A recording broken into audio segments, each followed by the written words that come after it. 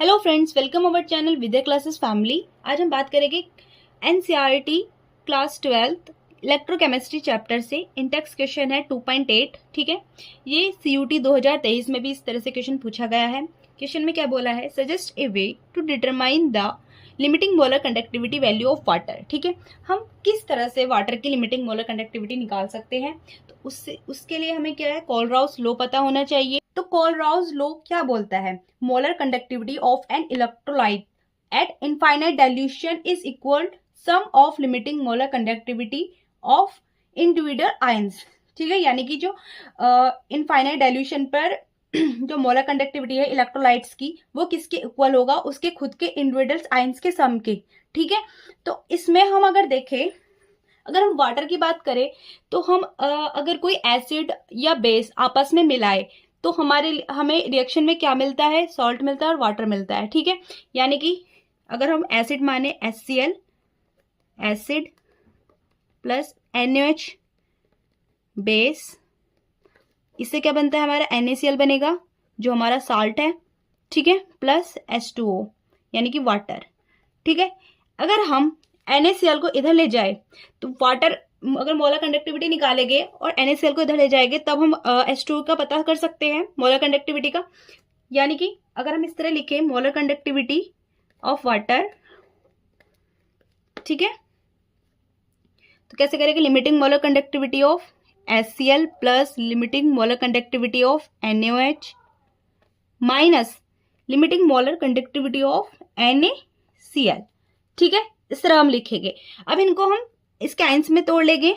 Limiting molar conductivity of H plus ion plus limiting molar conductivity Cl minus ion plus limiting molar conductivity Na plus ion plus limiting molar conductivity OH minus ion minus limiting molar conductivity Na plus ion minus limiting molar conductivity Cl minus ion.